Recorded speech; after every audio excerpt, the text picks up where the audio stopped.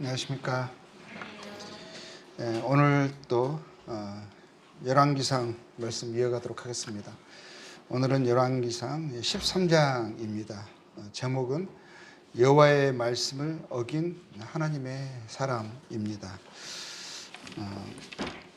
오늘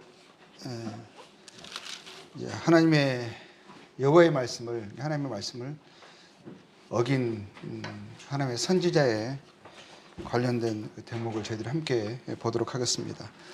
저희들이 지난번 열왕기상 저희들이 볼 때에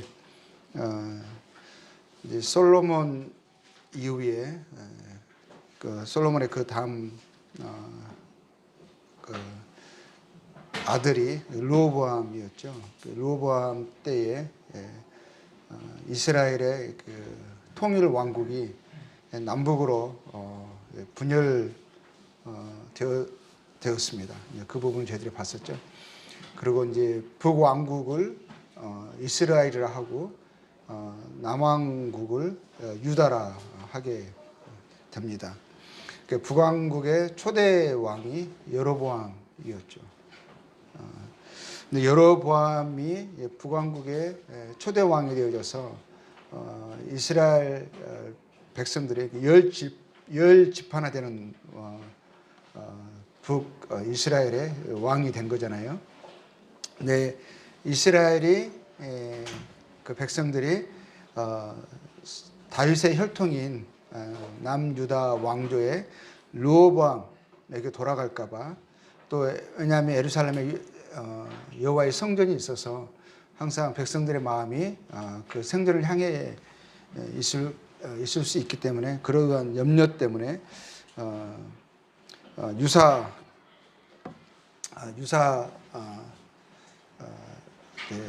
종교, 그러니까 예루살렘 내려가지 못하도록 뭘 했죠?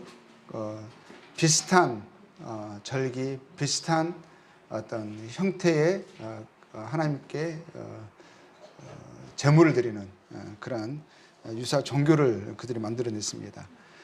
그게 이제 베델에 제단을 설립하는 것인데, 그 베델의 제단에 세워진 그 우상이 금송아지였었죠.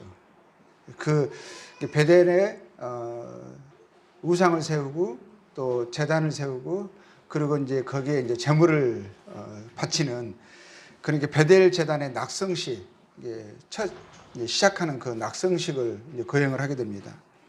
이날이에요. 베델의 제단을 건립하고 거기에 금송아지를 세우고 거기에 제물을 드리는 그 첫날이죠. 이제 낙성식을 거행을 하는 거죠. 그때에 유다에서부터, 남유다에서부터 하나님의 사람이 방문을 합니다. 하나님의 선지자가 방문을 해서 13장의 내용이 그렇게 나와요. 그리고 이 우상과 우상의 제단에 제물을 드리고 또 그에 섬기고 봉사하는 이 이제 제사장들과 이 제단에 일어날 일에 대해서, 이 제단에 일어날 일에 대해서 하나님이 하실 일을, 장차하실 일에 대해서 예언을 합니다. 그 부분이 이제 그때 낙성식을 할 그때에 유다에서 하나님의 사람이 와서 이 제단에 일어날 일에 대해서 예언을 하는 거거든요. 자, 13장 1절에서부터 보겠습니다. 보라, 그때에 열왕기상 13장 1절, 하나님의 사람이 여호와의 말씀으로 말미암아 유다에서부터 베델에 이르니 마침 여로보암이 제단 곁에 서서 분향하는지라. 하나님의 사람이 제단을 향하여 여호와의 말씀으로 외쳐 이르되, 제단아, 제단아, 여호와께서 이와 같이 말씀하시기를, 다윗의 집에 요시야라 이름하는 아들을 낳으리니 그가 네 위에 분향하는 산당 제사장을 네 위에서 제물로 바칠 것이요, 또 사람의 뼈를 네 위에서 살리리라 하셨느니라 하고, 그날에 그가 징조를 들어 이르되, 이는 여호와께서 말씀하신 징조라. 제단이 갈라지며 그 위에 있는 재가 쏟아지리라 하매. 그러니까 이 베델 제단의 낙성식에 유다에서부터 하나님의 사람이 와서 그들이 세운, 그리고 여로보암 왕이 세운 그 제단, 그 제단에 일어날 일에 대해서 장차 되어질 일에 대해서 예언을 하는 것입니다. 어떻게 되죠? 그 제단에 이 거짓된 이 신상, 우상과 그 우상에 바치는 그 제물들이 올려지는 그 제단이 장차 다윗의 아들 가운데 요시야라 하는 자가 일어나서 이 제단을 허물 것이다. 그리고 그 제단에서 제가 허물어짐으로 쏟아질 것이다. 그런 예언을 하는 거잖아요. 그리고 그 장차 하나님이 하실 그 일이 이루어질 오늘의 징조가 뭐냐? 오늘의 징조는 지금 들고 있는 이 금방 세운 거잖아요, 제단을. 그 지금 이 세운 이 제단이 둘로 갈라지고 방금쯤 제물을 바쳤거든요. 그래서 제물에 지금 제가 그 제단 위에 지금 쌓여 있어요. 그리고 그 제단이 갈라지면서 그 제물에 그 제가 쏟아질 것이다. 그것이 오늘에 이제 일어날 징조인 거죠. 장차 하나님이 하실 일에 대한 예언을 말했고 그 예언이 반드시 이루어질 것을 오늘 징조가 나타날 것인데 그 징조가 바로 제단이 쪼개지고 제가 쏟아질 것이다 이거거든요. 그래 그 말을 이제 하나님의 사람이 하자마자 여로보암이 지금 말하고 있는 그 하나님의 사람을 가리키면서 손을 가리키면서 그를 잡아라 그러거든요. 그러니까 그 왕이 분노하는 거잖아요. 왕이잖아요. 와가지고 지금 낙성식에 자기가 지금 제사장으로 지금 제물을 드렸고 많은 사람이 이목이 자기에게 집중되어 있고 그래서 나라를 자기 중심으로 나라를 지금 확고하게 해야 되는데 남유다의 하나님의 사람이라고 하는 사람이 와가지고 거기 이 중요한 순간에 초를 치는 거예요. 그러니까 화가 나가지고 잡아라 그런 거죠. 근데 손을 딱 내밀었는데 어떻게 됐어요? 손이 안 거들어져. 안 걷어지는 거예요. 손이 말라버렸어요. 그러니까 어떻게 당황해가지고 안 되는 거예요. 그래서 그때 순간에 그 하나님 사람한테 말하는 거죠. 그 금방 기고만장했던 분노로 외쳤던 내밀었던 그 손을 거두지 못하니까 순간에 어떻게 됐어요? 순간에 그가 낮아지고 쫄아서 그 하나님의 사람에게 부탁을 합니다. 네 하나님께 기도해서 이 손이 성하게 해달라고 기도를 해요. 그래서 하나님의 사람이 하나님께 기도합니다. 기도가 끝나자마자 그 손이 걷어져요. 걷어집니다. 움직입니다. 그래서 그 왕이 그러죠. 나와 함께 집에 가자. 내가 너를 후대하겠다. 선물을 주겠다 해요. 그리고 그 징조도 일어났어요. 그 장차 되어질 일에 대한 징조가 그때 실현됐죠. 자, 5절을 보겠습니다. 하나님의 사람이 여호와의 말씀으로 보인 징조대로 제단이 갈라지며 제가 제단에서 쏟아진지라. 장차 되어질 것을 예언했고 그것이 반드시 실행되어질 것을 오늘 징조로 보여줬습니다. 그런데 그리고 이제 왕이 손이 걷어지니까 그 하나님의 사람에게 자기 집으로 가자고 한 거죠. 자기 집이 어디입니까? 왕궁이죠. 왕궁에 가서 내가 너를 후대하겠다. 너에게 예물을 주겠다. 담례하겠다. 그렇게 해요. 그런데 뭐죠? 이 하나님의 사람이 담대하게 이렇게 말합니다. 7절입니다. 왕이 하나님의 사람에게 이르되 나와 함께 집에 가서 쉬라.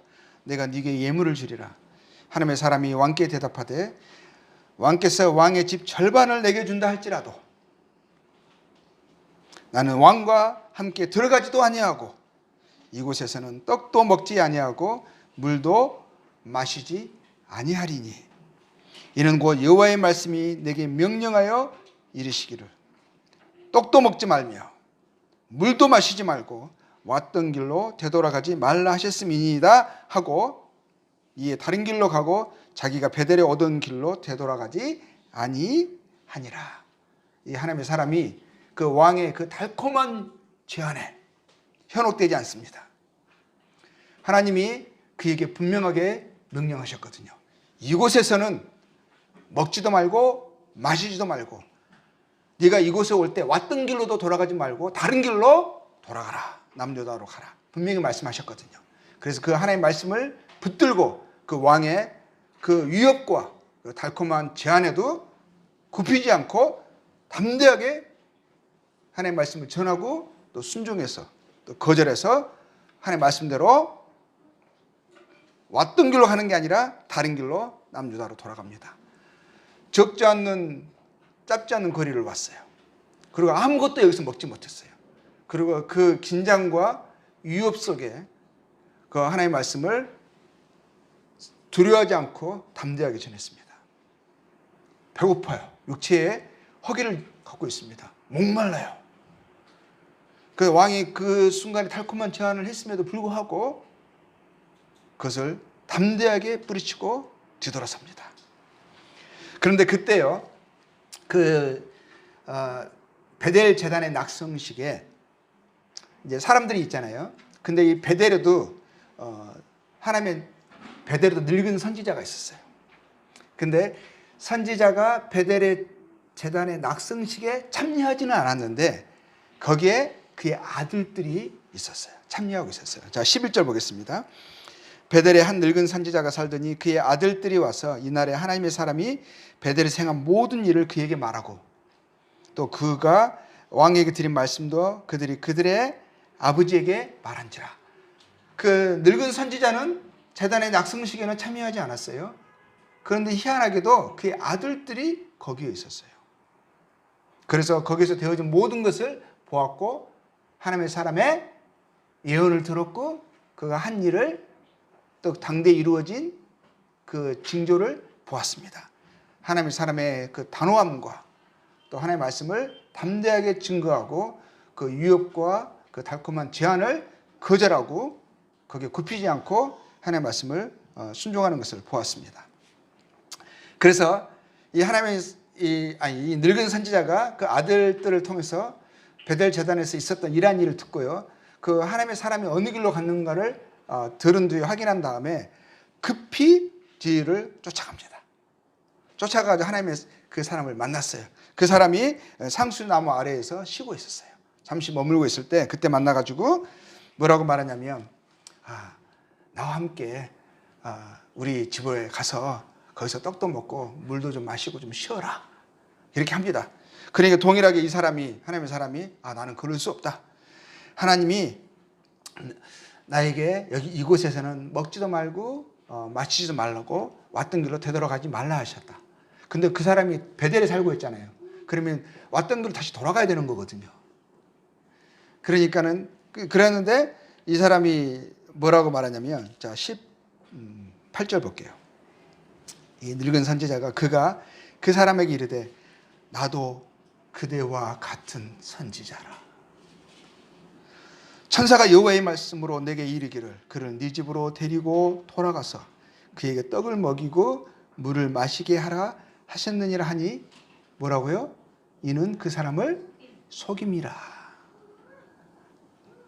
근데 자 19절 보겠습니다. 이에 그 사람이 그와 함께 돌아가서 그의 집에서 떡을 먹으며 물을 마시니라. 그 왕의 그 두려운 위협 속에도 내가 너에게 담례하겠다, 내가 너에게 선물을 주겠다 하면서 제안했던 그 달콤한 유혹과 그 제안에도 그 단호하게 거절했던 이 하나님의 사람이요, 이 늙은 선지자의 이 말에는 수긍합니다.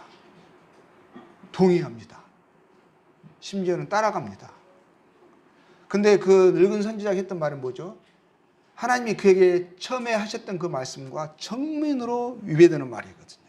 하나님 이곳에서는 먹지도 말고 마시지도 말고 왔던 길로 되돌아가지도 말라 하셨는데 그 말씀과 정면으로 반대되는 말을 하나님이 나에게 말씀하셨다. 하나님이 나도 너와 같은 선지자다. 라고 하는 그 말에는요, 반응하고 동의하고 따라버려요. 그로 인해서요, 오히려 그 데려왔던 그 늙은 선지자가 그 하나님의 사람이 함께 먹고 있는데, 마시고 있는데, 그 가운데서 그 전에 이 늙은 선지자는 하나님의 말씀을 받았던 게 아니었거든요. 거짓말이었거든요. 근데 이 하나님의 사람이 타협해서 하나님이 하지 말라 하셨던 그 행위를 하고 있을 때에 늙은 선지자를 통해서 하나님의 심판의 말씀이 그에게 들려집니다. 그리고 네가 너의 묘실에 들어가지 못할 것이다. 그 말은 뭐죠? 그가 편안히 집에 돌아가서 죽지 못하고 여기서 가는 길에 죽을 것이다를 말하는 거거든요. 그리고 그가 떠납니다. 떠나는 길에 사자가 나타나서 그를 찢어 죽입니다. 그가 나귀를 타고 가는데 사자가 나타나서 그 사람을 물어 하고 죽여버려요. 그랬는데 어떻게 됩니까? 희한하게 사자가요, 목적이 배고파서 먹으려고 하는 게 아니었어요. 그냥 이 선지자만, 이 하나님의 사람을 죽이려고 하는 게 목적이었던 거예요. 이 사람을 먹지도 않고, 죽이긴 해놓고 먹지도 않고, 그 옆에 나귀가 있는데 나귀도 먹지도 않아요. 그리고 나중에 그 소식을 이 늙은 선지자가 듣습니다. 그리고 그곳에 와서 죽은 하나님의 사람을 나귀에 실어서 다시 자기 집에 데려가서요. 자기 왔던 길로 가서 자기의 묘실에 그 하나님의 사람을 장사하고 안장시킵니다. 그러고 나서 그 아들들에게 유언을 해요. 그게 31절 유언을 이렇게 합니다. 31절 그 사람을 장사한 후에 그가 그 아들들에게 말하 이르되 내가 죽거든 하나님의 사람을 장사한 묘실에 나를 장사하되 내 뼈를 그의 뼈 곁에 두라. 그가 여호와의 말씀으로 베델에 있는 제단을 향하고 또 사마리아 성읍들에 있는 모든 산당을 향하여 예쳐 말한 것이 반드시 이룰 것임이니라. 뭐라고 말하죠?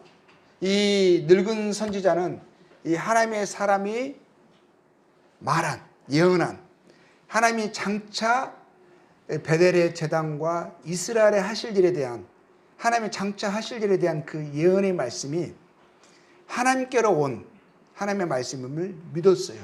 알고 있었어요. 그렇기 때문에 그의 묘실에 이 하나님의 사람을 장사하고 나서 자기가 아들들이 내가 죽으면 이 하나님의 사람이 묻혀있는 그 묘실에 나를 장사하고 그 뼈 곁에 자기를 묻을 것을 말하는 거예요. 왜냐하면 이것이 그대로 되어질 것을 알았거든요. 이 사람은 반드시 이루어질 것을 믿은 거예요. 자, 그 33절을 봅니다. 여로보암이 이 일 후에도 그의 악한 길에서 돌이키지 아니하고 여로보암 그거 봤잖아요. 하나님 사람이 증거한 분명한 메시지를 들었고 당대에 뭐죠? 그 징조를 보았고 방금 쌓아놓은 그 굳건한 돌 제단이 그냥 와르르 무너져 버리고 재물의 채가 쏟아지는 것을 봤어요. 그 자기 손이 말라버렸고 그 마른 손이 하나님의 사람의 기도로 하나님의 은혜로 다시 회복되는 것을 그가 경험을 했거든요. 그럼에도 불구하고 그가 그의 악한 길에서 돌이키지 않고 여전히 자기의 길로 자기 삶의 방식으로 고집하고 나아갑니다. 그러므로 인해서 어떻게 되죠? 그것이 그 집의 죄가 돼서 그와 그의 집이 망하게 됩니다. 그 마음을 돌이키지 않죠. 완고한 고집대로 왔던 길로 살았던 대로 살아가죠. 결국은 그것이 그를 죽이고 그의 집을 망하게 했습니다. 자, 이 하나님의 사람의 예언이 뭐였었죠? 다윗의 집에 요시아라 하는 이름하는 아들을 낳을 것이다 그랬잖아요. 요시아라 이름하는 아들. 이 예언이 언제 이루어진 줄 아세요? 정확하게 요시아라는 이름하는 요시아라 이름하는 왕이 남유다에서요. 왕이 나중에 태어납니다. 그 요시아는 남유다의 16번째 왕이에요. 히스기야 다음의 왕이에요. 히스기야 다음에 므낫세 다음에 아몬, 그 다음에 요시아 왕이 태어나거든요. 근데 요시아 왕이요, 이제 왕으로 등극할 나이가 8살이었거든요. 근데 그때는 이미요, 북이스라엘을, 이 여로보암이 첫 왕이었잖아요. 이미 북이스라엘이 망한 지가 90년이 넘었어요. 히스기야 왕 때 이 북왕조가 아수르 제국에 의해서 망하거든요. 그러니까 이 북왕조는 210년을 유지합니다. 여로보암 왕으로부터 시작해가지고 210년 유지하고 아수르 제국에 의해서 멸망당하고 포로로 끌려가고 나라가 사라져버려요. 그리고 나서도 90년이 지나서 92년 후에 요시아라는 왕이 남유다에서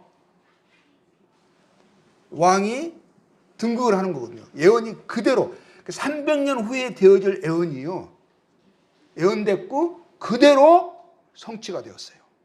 자, 성취된 거 어디서 나옵니까? 열왕기 하에 나옵니다. 그렇죠? 남유다 16번째 왕이니까 열왕기하 23장 보겠습니다. 23장 15절에 나옵니다. 요시야 왕은 하나님을 경외하는, 하나님을 순종했던 선한 왕 중에 한 명이었습니다. 그가 23장 15절에요. 그가 지금 북이스라엘은 지금 사라졌잖아요. 그렇죠? 그 상태에 90년이 넘었어요. 23장 15절에 또한 이스라엘에게 범죄하게 한 느밧의 아들 여로보암이 베델에 세운 제단과 산당을 왕이 헐고, 이 왕은 누굽니까? 요시아예요. 요시아. 왕이 헐고 그 산당을 불사르고 빻아서 가루를 만들며 또 아세라 목상을 불살랐더라. 요시아가 똑같죠? 그의 왕이죠. 하나님의 사람이 300년 전에 여로보암이 베델의 제단에 낙성식을 할 때 예언했던 대로 요시아가 몸을 돌이켜 산에 있는 무덤들을 보고 지금 그 일을 하고 있는 거예요. 북이스라엘의 우상들을 좀, 우상에 더럽혀진 그 땅을 정결케 하고 있는 일을 하고 있는 거거든요. 근데 산에 그 베델 제단 근처에 이제 산에 무덤들이 있는 거예요. 무덤들을 보고 보내요. 그 무덤에서 해골을 가져다가 제단 위에 불살라. 그 제단을 더럽게 하라. 왜냐하면 그 해골들이 뭐죠? 그 베델 제단에서 제사장으로 섬겼던 그 우상의 제사장들이에요. 그 사람들의 무덤들이 그 주변에 무덤이 있는 거거든요. 그러니까 무덤을 다 파헤쳐서 그 해골을 가져와서 이 제단에, 베델 제단에서 불살라라는 거예요. 그 제단을 더럽게 하라 이거죠. 그 일을 명하는 거거든요. 이 일을 하나님의 사람이 전하였더니 그 전한 여호와의 말씀대로 되었더라. 이 하나님의 사람이 누구예요? 여로보암 그 사람이라고요. 그 예언이 그대로 성취가 되었죠. 요시아가 이르되, 근데 요시아가 봤어요. 내게 보이는 저것은 무슨 비석이냐 하니, 거기에 이제 그런 일을 하는데 거기 비석이 하나 보이는 거예요. 비석이, 성읍 사람들 그에게 말하되 왕께서 베델의 제단에 대하여 행하신 이 일을 전하러 유다에서 왔던 하나님의 사람의 묘실이니이다 하니라. 300년 전에 그 예언했던 그 하나님의 사람의 묘실을 가리키는 비석이 있는 거예요. 비석이. 그것이 비석이 세워져서 아직도 사람들에게 기억되고 있는 거죠. 하나님의 예언이 그대로 성취가 되었습니다. 당신의 이름이 300년 전에 여로보암이 베델의 제단에 낙성식을 할 때에 유다에서 왔던 그 하나님의 사람이 당신의 이름을 언급하면서 이 베델의 제단에 이러한 일이 일어날 거라고 했는데 그것이 오늘 드디어 성취가 되네요. 300년 전의 예언이 오늘 그대로 성취가 되네요. 하고 있는 거거든요. 그래서 18절에 이렇게 말합니다. 이르되 그대로 두고, 그 사람의 무덤은, 하나님의 사람의 무덤의 뼈는 그대로 두라 하는 거죠. 그대로 두고 그의 뼈를 옮기지 말라. 하매 무리가 그의 뼈와 사마리아에서 온 선지자의 뼈는 그대로 두었더라. 선지자가 뼈가 이 사람은 누구죠? 그 늙은 선지자라고요. 그 늙은 선지자가 뭐죠? 그 하나님의 사람의 그 묘에 그 뼈 옆에 자기 뼈를 두라고 했잖아요. 그래서 이 사람은 이것이 그대로 되어질 것을 알았거든요. 믿었거든요. 그래서 이 사람 뼈도 그 다른 제사장들의 뼈와 함께 제단에서 불살라지지 않습니다. 그 옆에 있었기 때문에 그가 유지가 되죠. 놀랍게 성취가 되죠. 자, 하나님께서요 장차 되어질 일을 하나님의 사람을 통해서요 말씀하셨습니다. 그것이 300년 후에 그들의 예언이 성취가 되었어요. 그렇죠? 그렇지만 그것이 그대로 되어질 것을 그 사람들은 그때는 모르잖아요. 300년 후에 되어질 일이니까 언제 되어질 것도 모르죠. 그러면 그 사람들에게요 이 사람의 말씀이 하나님의 말씀이 장차 되어질 것을 무엇으로 그들이 확신하고 알 수가 있겠어요? 당대의 그 예언대로 되어질 당대의 징조가 있죠. 징조가 뭐였어요? 그들 눈에 보이는 징조. 그 징조를 보면서 이 사람의 통해서 하나님의 말씀하신 대로 반드시 되어지겠구나. 하나님이 그 일을 하시겠구나 하는 그들에게 보여지는 징조가 있었어요. 당대의 징조. 그게 뭐였어요? 제단이 갈라지고 재가 쏟아지고. 그리고 그것이요 비속으로 남아 있습니다. 이렇게 하나님의 징조와 예언의 말씀은 전승되었죠. 그렇죠? 자, 그러면 이것을 저희들의 시대와 비교해 보겠습니다. 오늘 살아가는 우리의 성도들, 우리에게 약속되어진 하나님의 말씀이 있습니다. 그 말씀은요, 하나님의 아들, 하나님의 사람들에 의해서 장차 하나님이 하실 일에 대한 분명한 성취가 예언됐습니다. 그리고 예수님이요 그것에 대해서요 또 분명하게 장차 당신이 누구이시고 당신이 하실 일에 대해서 이루어질 일에 대해서 분명하게 말씀하셨어요. 자, 그게 마태복음 26장에 보겠습니다. 마태복음 26장 마지막 예수님이 붙잡히셔가지고 이제 대제사장 앞에서 사람들 앞에서 신문 받을 때 26장 64절에 예수님이 이렇게 말씀하셨어요. 네가 하나님의 아들 그리스도냐 물어볼 때 64절에 26장 64절에 예수께서 이르시되 내가 말하였느니라. 그러나 자 내가 너희에게 이르노니 자 26장 64절입니다. 이후에 인자가 권능의 우편에 앉아 있는 것과 하늘 구름을 타고 오는 것은 너희가 보리라. 너희가 보리라. 장차 이 일이 이루어질까요? 되어질까요?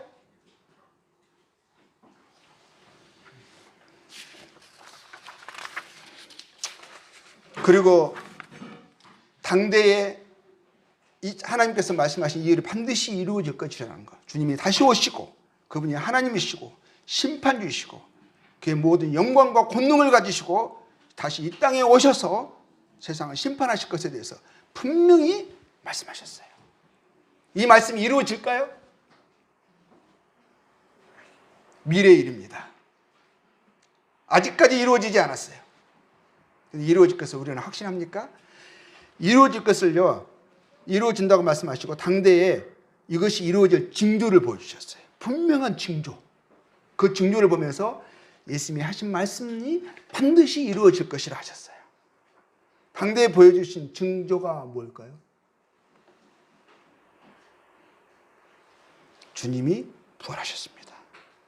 사도행전 17장 32절 17장 보겠습니다.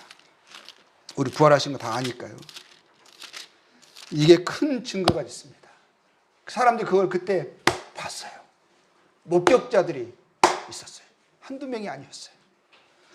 이게 증거가 됐죠. 17장 사도행전 17장 31절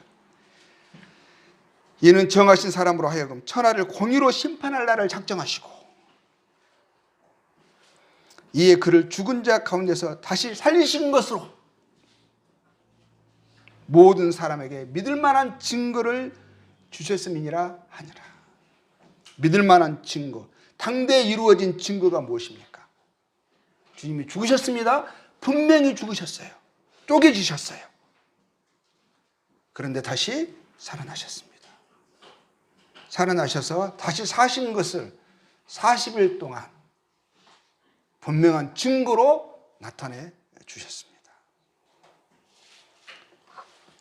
그리고 또 우리는 이 당대의 그 증거를 보았던 사람들이 세우는 비석들이 있어요. 증거들이 있습니다. 확증들이 있어요. 골로새서 3장 4절, 우리 또 비석을 한번 보겠습니다. 그들이 그것을 진짜 보았기 때문에, 믿었기 때문에 전했습니다. 3장 4절은 뭡니까? 우리는 이것을 3장 4절, 우리 생명이신 그리스도께서 나타나실 그때에 너희도 그와 함께 영광 중에 나타나리라. 영광 중에 나타나리라. 그분이 반드시 오신다는 강한 확신이 있었습니다. 우리가 그와 함께 영광 중에 임할 것이다. 그분이 오실 것이고 그분이 오실 때에 더러운 것들이, 불의한 것들이 정결케 되어지고 하나님의 나라가 실현될 것이다. 데살로니가 전서 보겠습니다. 4장. 데살로니가 전서 4장 16절 보겠습니다. 주께서 호령과 천사장의 소리와 하나님의 나팔 소리로 친히 하늘로부터 강림하시리니 장차 되어질 일을 분명하게 말씀하셨어요. 예수님이 말씀하셨고 그의 증거를 본, 징조를 본 그의 사람들이, 하나님의 사도들이 증거했습니다. 장차 되어질 것을 말했어요. 그리스도 안에서 죽은 자들이 먼저 일어나고 그의 우리 살아남은 자들도 그들과 함께 구름 속으로 끌어올려 공중에서 주를 영접하게 하시리니 그리하여 우리가 항상 주와 함께 있으리라. 그러므로 이러한 말로 서로 위로하라. 진짜 믿었어요. 하나님이 말씀하신 그 증거와 믿음으로 살았습니다. 이것이 그들의 입에만 있지 않았어요. 그들의 삶에 있었습니다.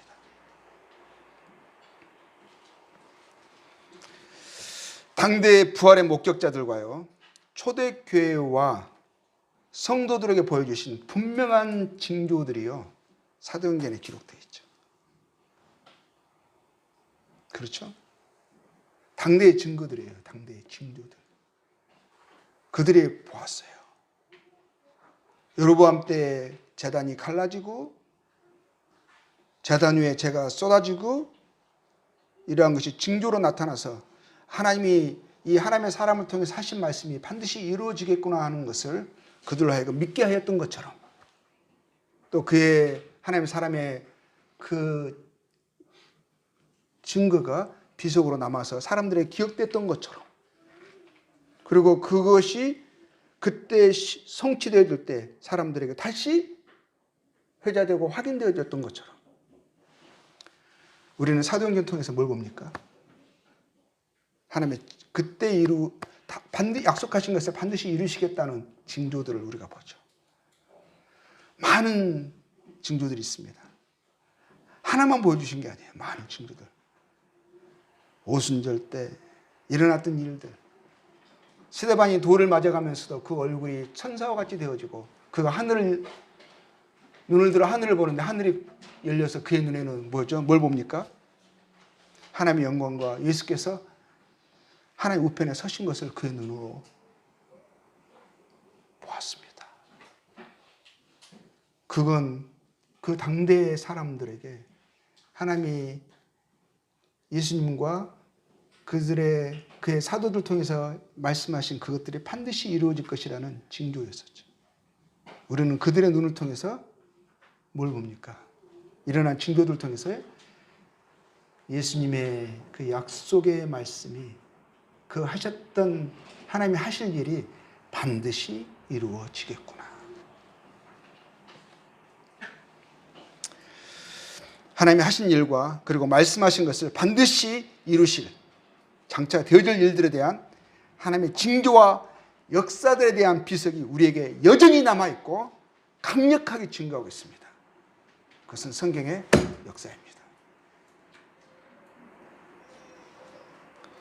우리는 하나님의 사람들 통해서 말씀하시고 기록하신 하나님의 예언의 말씀과 약속들이 그래서 반드시 이루어질 것을 우리는 압니다.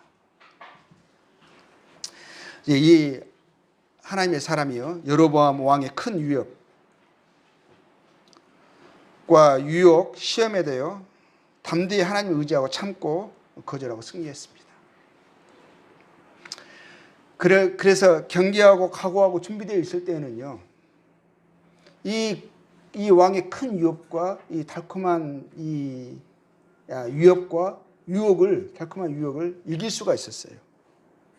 이처럼요, 오히려 우리들도요, 세상 사람들의 어떤 분명하고 노골적인 박해와 유혹, 이런 시험에 현혹되지 않고 개의치 않고 오히려 거절하고 승리하고 이런 것은 오히려 쉬워요. 쉬울 수 있어요. 하나님의 사람이 왕의 그 위협과 그 달콤한 유혹에도 넘어가지 않았던 것처럼, 승리했던 것처럼 담대하게 말했잖아요. 그걸 뒤돌아섰잖아요. 그런데 어이없게도요, 누구에게 무너졌죠? 같은 선지자라 하는 사람에게. 선지자라고, 나는 너와 같은 동류다라고 하는 사람에 의해서요, 그 사람이 자기에게 하나님이 처음 말씀하셨던, 처음 약속하셨던, 말씀하셨던 그 말씀과 정반대의 말을 하고 있는데 어떤 것에 경계가 허물어져 버렸죠?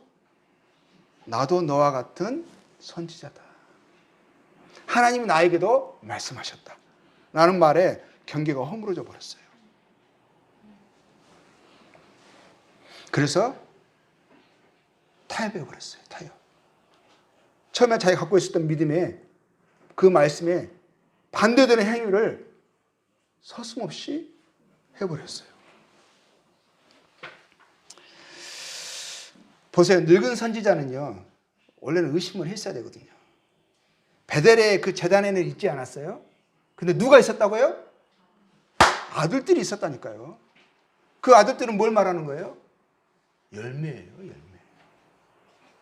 그의 마음에, 그의 실상 믿음의 표현이에요, 표현. 그 열매로 그 나무를 알지라 하셨잖아요. 이것은 뭐죠? 말로는 하나님과 믿음과 경건을 이야기하지만 실제적인 삶은, 그 믿음의 실상은 뭐죠?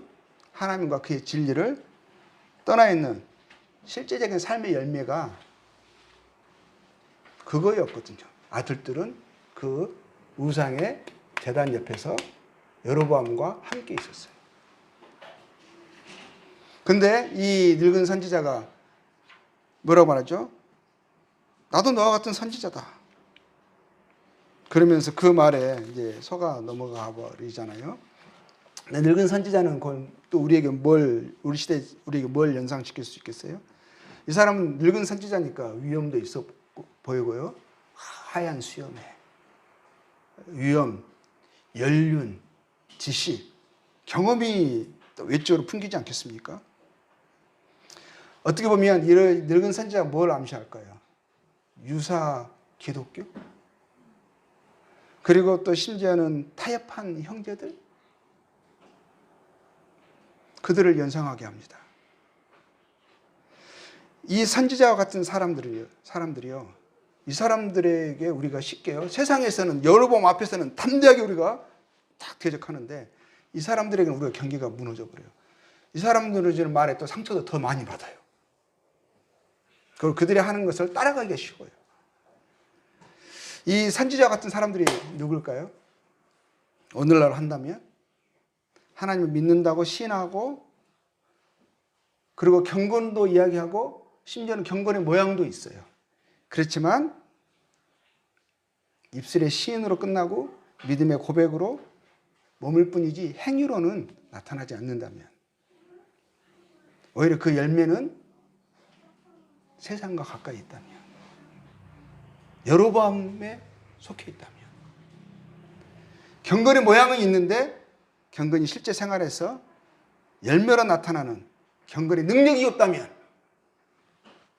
살펴보고 유의하고 경계했어야만 했거든요.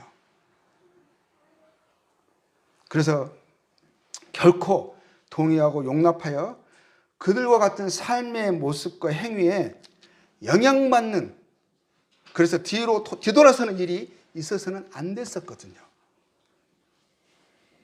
디모데후서 3장 5절에 이와 같은 이 늙은 선지자와 같은 그 사람들의 모습이 보입니다.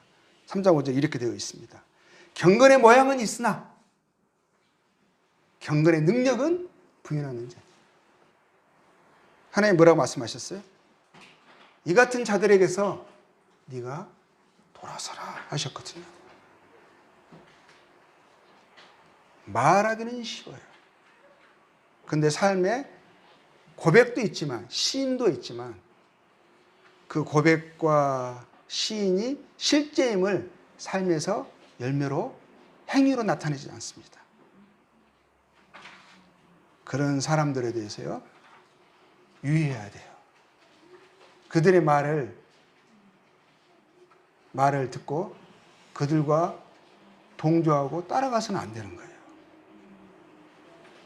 또 디도서 1장 16절 이렇게 말씀하고 있습니다. 그들이 하나님을 시인하나 행위로는 부인하니. 그러니까 입술의 고백만으로는, 입술의 고백이 무엇으로 완성이 되죠? 행위로 완성이 돼요.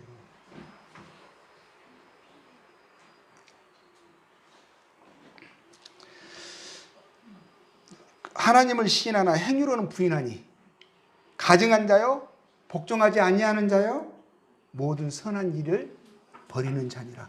모든 선한 일을 버리는 자니라. 하나님을 시인한다면 뭐죠? 행위로 선한 일이 그 열매로 나타나야 하는 거거든요. 근데 시인만 있고 고백만 있지 모양만 있지 이 선한 일로 나타나는 능력이 없다면, 그런데 그 사람들이 나는 형제다, 나도 너와 같은 선지자다. 근데 오히려 그들의 연륜과 경험과 지식이 위험이 있어 보입니다. 그래서 젊은 하나님의 사람들이요 그들에 의해서 타협해버려요. 삶을. 그들을 따라가 버려요. 우리를 경계하는 거죠. 하나님의 분명한 처음 말씀, 그 원리와 진리에 반하는 말로 다가오는 그 누구도, 그가 심지어는 예전에 하나님께 크게 쓰임받았다 할지라도, 그리고 경험과 지식이 풍부하여 많은 사람들에게 인정받는 사람이라 할지라도, 또 부드럽고 달콤한 한 대로 다가와서 대접하는 사람이라 할지라도 우리 성도에게, 우리에게 말씀하신, 하나님이 명하시고 또 가라 하신 거룩한 소명의 그 좁은 길에서 이탈하게 하는 말과 행위로 다가오는 사람들, 그 사람들에게서 우리는요, 그들이 기독교인이라 할지라도, 심지어 그들이 우리 형제들이라 할지라도, 우리 형님들이라 할지라도 우리의 경계를요 소홀히 하여 타협해서 아 이렇게 살아도 되는구나, 여로보암의 제단 옆에서 이렇게 해도 되는구나, 아니면 그들과 함께 가서 하나님 하지 말라는 것을 하면서도 아 이 사람들도 하는데 뭐 하면서 뒤돌아서고 타협하는 경계를 허무는 일이 있어서는 안 되겠습니다. 이건 무서운 경계가 되는 거예요.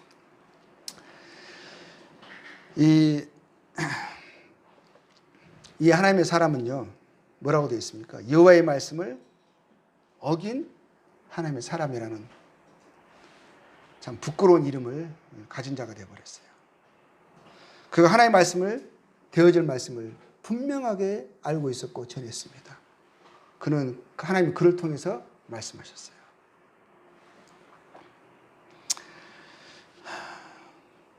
우리도요, 장차 되어질 하나님의 하실 일에 대한 하나님의 분명한 말씀을 알고 믿고 전하는 자로 우리가 살아가고 있습니다. 보내어졌습니다. 우리가 믿고 전하는 구원, 영광도요, 장차 되어질 것에 대한 약속이죠. 약속을 받은 거거든요. 그것이 이루어질 것을 알기 때문에 우리가 구원받았다, 영광에 들어갈 것이다 확신하고 있지만 다 약속이잖아요. 그리스도 안에 있는 약속이죠. 우리는 그리스도 안에서 하나님이 말씀하신 그 약속들이 반드시 이루어질 것을 압니다. 그래서 우리가 죽어도 둘째 사망, 그 지옥에 들어가지 않을 걸 우리는 압니다.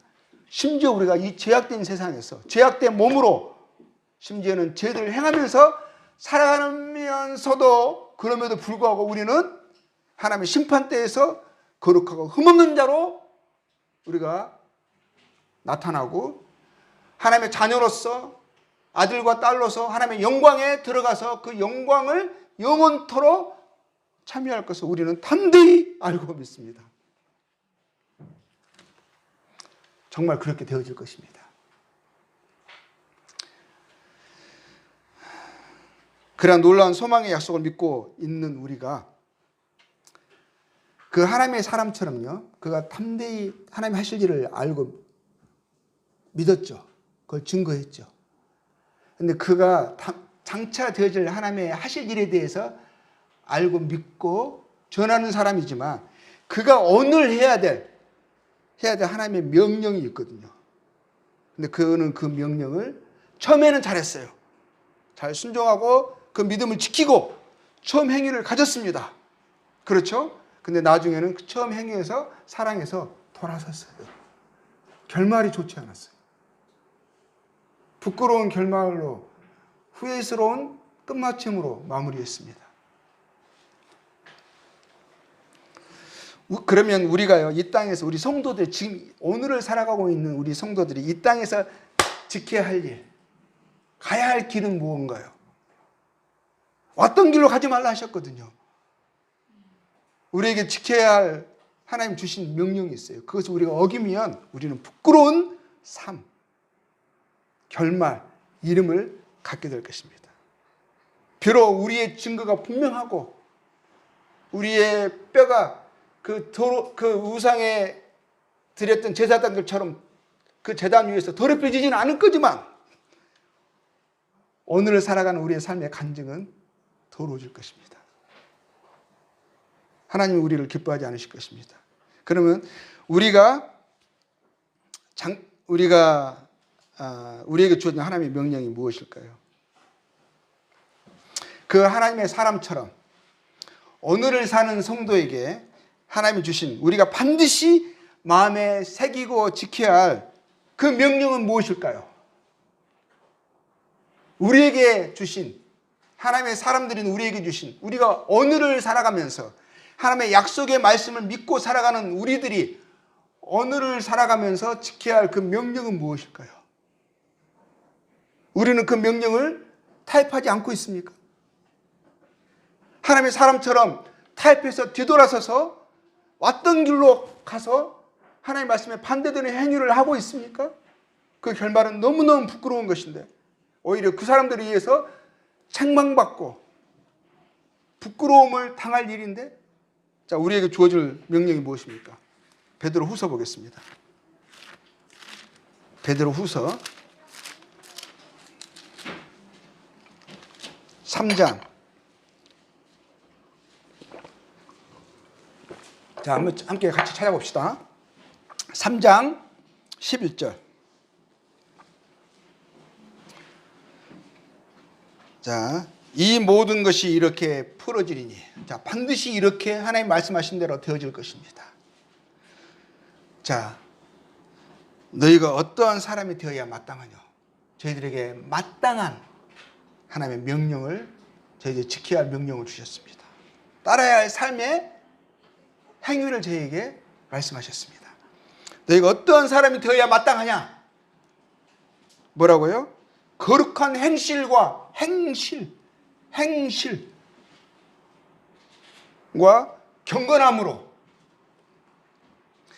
하나님의 날이 임하기를 바라보고 간절히 사모하라. 사모하는 모습이 뭐죠? 그냥 사모하고 기다리고 빨리 왔으면 좋겠다 이게 아니라요. 그거 사모하고 뭐라고요? 뭐 하면서? 거룩한 행실과 경건함으로 그랬어요. 그날에 하늘의 불에 타서 풀어지고 물질이 뜨거운 불에 녹아지려니와 우리는 그의 약속대로 의가 있는 곳인 새 하늘과 새 땅을 바라보도다. 우리는 새 땅과 새 하늘을 바라보죠.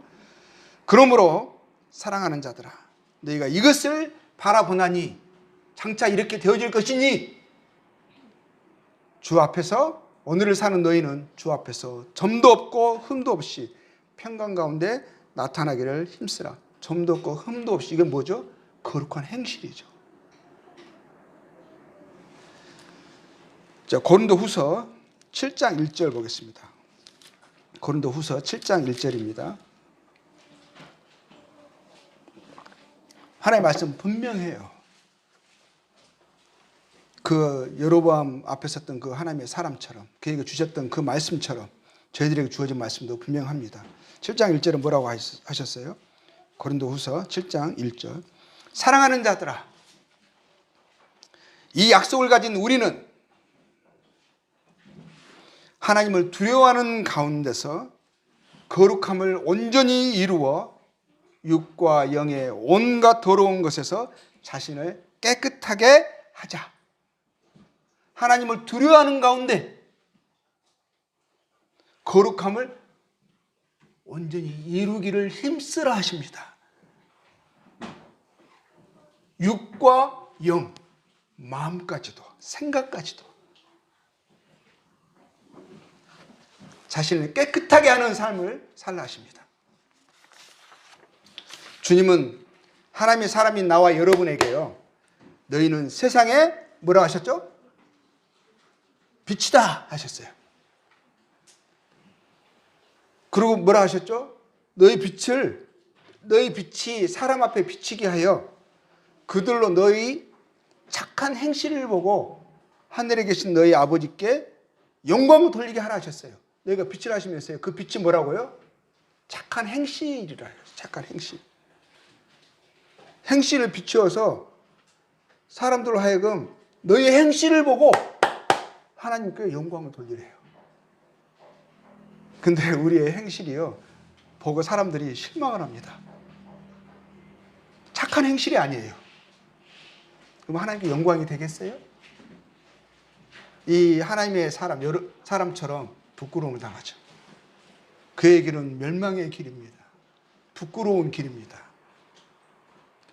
여로보암처럼 마음을 완고하게 해서 계속 그 길로 나아갈 것이 아니라 돌이켜야 했거든요. 돌아서야 우리가 우리 삶의 미래가 있습니다. 돌아서야 하는 거거든요. 마음을 완고하게 하고 고집하여서 하나님의 긍휼히 여기심을, 그 풍성하심을, 오래 참으심을 멸시해서는 안 돼요. 로마서 12장 17절, 18절에 이런 말씀이 있습니다. 한번 보겠습니다. 로마서 12장 17절입니다. 로마서 12장 17절이요. 12장 17절에 뭐라고 되어 있습니까? 아무에게도 악으로 갚지 말고 모든 사람 앞에서 뭐라고요? 선한 일을 도모하라. 할 수 있거든. 최선을 다하라 이거죠.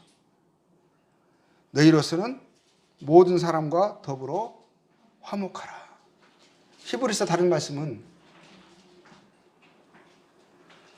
모든 사람과 더불어 화평함과 거룩함을 쫓으라 하셨어요. 이것이 없이는 하나님을 볼 수 없다 하셨어요. 화목함과 화평함과 거룩함.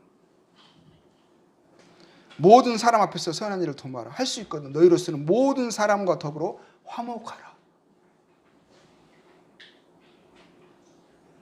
내 사랑하는 자들아 너희가 친히 온수를 갚지 말고 하나님의 진노하심에 맡기라.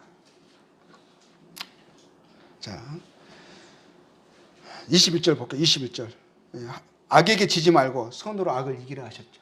근데 이 하나님의 사람은 악에게 졌어요. 타협했어요. 뒤로 돌아섰어요. 자, 하나님의 사람이 늙은 선지자에게 속아서 부끄럽고 한스러운 결말을 맞이한 것처럼 우리는 그렇게 되지 말아야겠습니다. 악한 동무들과 이 늙은 선지자 같은 이 악한 동무들과 그들의 형제일지라도 악한 동무들과 또 그들의 그럴듯한 그런 말에 현혹돼서는 안 되겠습니다. 그들은 괜찮다고 하거든요. 우리는 어쩔 수 없다라고 하거든요. 그래서 우리는 구원받았으니까, 우리는 하나님이 사랑하시니까 우리가 이렇게 살아도 우리를 사랑하시고 복 주신다고 거짓말을 하거든요. 근데 고린도전서 15장 33절에 뭐라고 되어 있는 줄 아세요? 15장 33절에 속지 말라. 악한 동무들은 선한 행실을 더럽히나니. 속지 말라. 악한 동무들은 이 늙은 선지자 같은 이 악한 동무들은 선한 행실을 더럽히나니. 화목함과 화평함과 거룩함을 쫓지 못하도록 선한 행실을 하지 못하도록 하고 있지 않으면서도 마음에 양심에 찔림도 없이 담대하게 그 일을 하면서 위선하면서 살아갑니다. 그렇게 그러한 마음을 주는 가르침들, 그러한 인식들, 그러한 것을 보여주는 형제들, 그것에 속지 말아야 합니다. 에베소서 5장 3절에서 9절 말씀 읽고 마치도록 하겠습니다. 우리가 에베소서 말씀을 참 많이 봤습니다. 에베소서 5장 3절입니다. 이 말씀 읽고 오늘 말씀 마치도록 하겠습니다. 5장 3절. 음행과 온갖 더러운 것과 탐욕은 너희 중에서 그 이름조차도 부르지 말라. 이는 성도에게 마땅한 바니라. 성도에게 요구하시는 마땅한 바가 있습니다. 누추함과 어리석은 말이나 희롱의 말이 마땅치 아니하니 오히려 감사하는 말을 하라. 우리의 말이 사람들에게 상처가 되고 덕이 안 됩니다. 심지어는 있던 그 가녀린 화목함마저도 깨버리는 그런 말들을 너무 쉽게, 너무 함부로, 너무 자주 합니다. 그러한 말들을 누추하고 어리석은 말이라 하는 거예요. 근데 그것이 뭐라고요? 마땅치 않대요. 성도라면 그것을 괜찮은 것으로 받아들이거나 동의해서 따라갈 수는 안 되는 거라고 말씀하시는 거예요. 자, 5절에 보겠습니다. 너희도 정녕 이것을 알지. 정녕 알래요. 반드시 알래요. 잊어버리지 말래요. 우리 마음에 비석으로 세워놓으래요. 우리의 눈에 항상 보이는 비석되게 하래요. 음행하는 자나 더러운 자나 탐하는 자, 그 우상, 탐하는 자, 삶과 모든 탐심을 물리치라 하셨어요. 하나님과 재물을 겸하여 섬길 수 없다 하셨어요. 이를 중히 여기고 저를 경히 여기고 이를 사랑하고 저를 미워한다 하셨어요. 하나님과 재물을 겸하여 사랑할 수 없는 거예요. 섬길 수 없는 거예요. 그 탐하는 거. 근데 이것에 괜찮다라고 말하거든요. 세상에 사는데. 다른 사람들은 그렇게 살아가면서 그걸 쫓아가는데 우리는 그것에 대해서 뒤지면 영광이 안 된다고, 간증이 안 된다고 하는 현혹되는 말로 우리가 타협해버립니다. 우상 숭배자는 다 그리스도와 하나님의 나라에서 기업을 얻지 못하리니 하나님이 기뻐하시는 거 아니에요. 누구든지 뭐라고 되어 있어요? 6절에 헛된 말로 너희를 속이지 못하게 하라.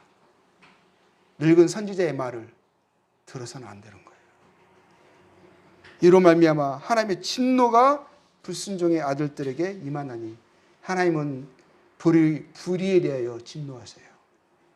우리가 구원받았으니까 우리가 불의를 행해도 우리를 사랑하신다고 하는 그 악한 말에 속지 마세요. 우리가 선한 행실을 통해서 그것이 우리의 빛이 되어져서 그것을 통해서 사람들로 하여금 하나님께 영광을 돌리게 하는 것이 우리에게 하나님 목적하셨다는 거, 명하셨다는 거, 그거 뒤로 던지면 안 돼요. 한 귀로 듣고 흘려버리면 안 되고 타협해서는 안 돼요. 7절에 그러므로 그들과 함께하는 자가 되지 말라 하셨죠. 근데 이 늙은 선지자는 그들과 함께 해버렸어요. 그게 망조죠. 부끄러움이죠. 멸망이었습니다.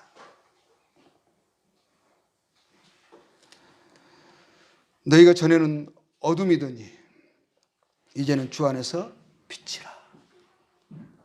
빛의 자녀들처럼 행하라.